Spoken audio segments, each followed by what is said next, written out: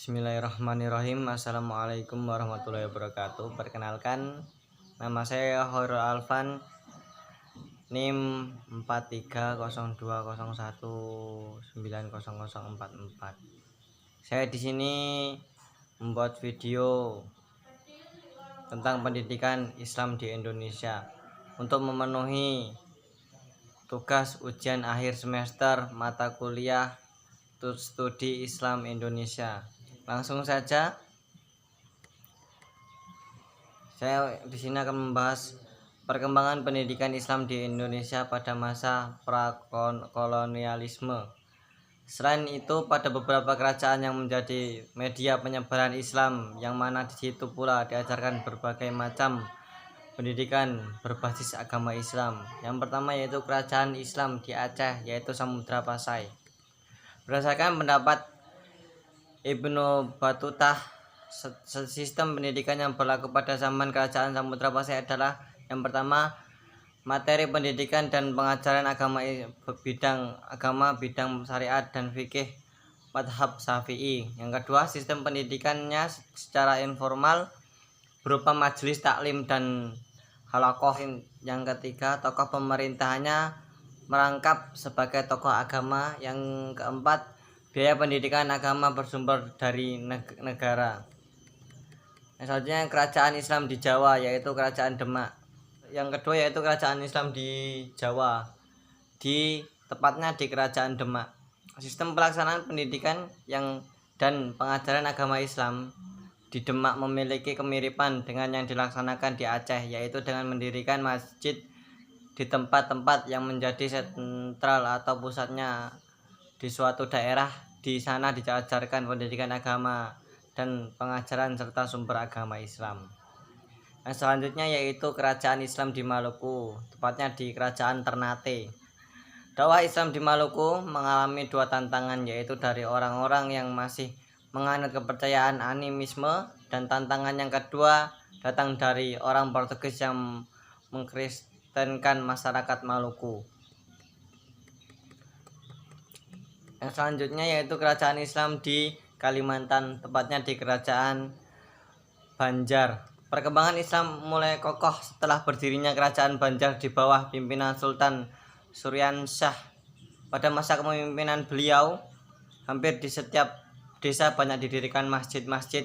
Kemudian raja yang terkenal lainnya adalah Syekh Muhammad Arsyad Al-Banjari, yang telah banyak mengarang kitab-kitab agama. Di antaranya yang paling terkenal adalah kitab Sohibul Muhtadin. Selain itu, beliau juga mendirikan pondok pesantren di kampung dalam pagar yang bernama Pesantren Darussalam. Perang Wali Songo dalam mengembangkan pendidikan Islam di Indonesia. Wali Songo merupakan 9 pemimpin dakwah di Pulau Jawa. Pada waktu itu, Maulana Malik Ibrahim mampu mencetak kader mubalik selama 30 tahun. Wali-wali lainnya adalah murid dari Maulana Malik Ibrahim yang digembleng dengan sistem pendidikan pondok pesantren. Yang kedua, Sunan Ampel. Sunan Ampel mewarisi pondok pesantren milik ayahnya, yaitu Malik Ibrahim. Salah satu murid yaitu Raden Patah, putra Raja Majapahit, ikut serta dalam mensponsori dan mendesain berdirinya kerajaan Islam pertama di Demak.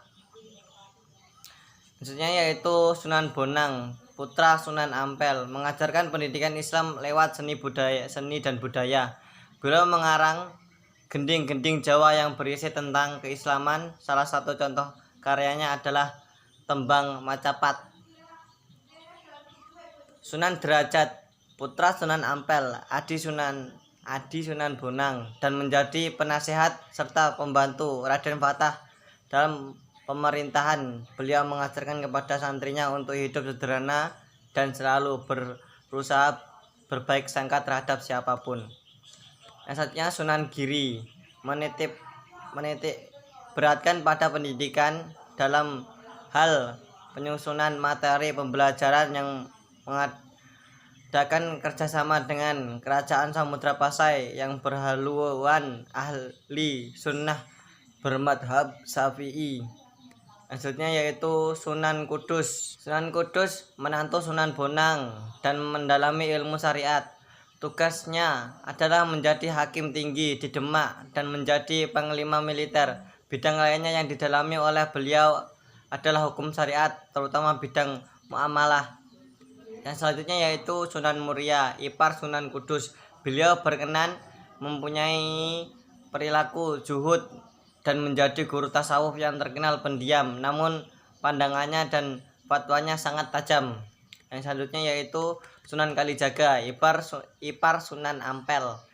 Beliau dididik dalam bidang pemerintahan dan kemiliteran, khususnya dalam bidang angkatan laut dan ahli dalam pembuatan kapal dari kayu jati. Mengapa? Karena beliau tumbuh berkembang dan besar di kalangan keluarga istana Tumenggung, Aryo Tejo atau Adipati Wilatikta di Tuban. Beliau juga membuat salah satu tiang pokok Masjid Demak dari potongan kayu jati yang disusun rapi dan kuat. Dakwah Sunan Kalijaga ditunjukkan kepada orang-orang yang golongan petani dan buruh. Yang terakhir yaitu Sunan Gunung Jati. Beliau merupakan tokoh politik, militer, ulama, dan menjadi raja muda kerajaan Islam Cirebon di bawah perlindungan kerajaan Demak. Sekian penyampaian dari saya, kurang lebihnya mohon maaf. Wabillahi taufiq wal hidayah wa ridha wal inayah. Wassalamualaikum warahmatullahi wabarakatuh.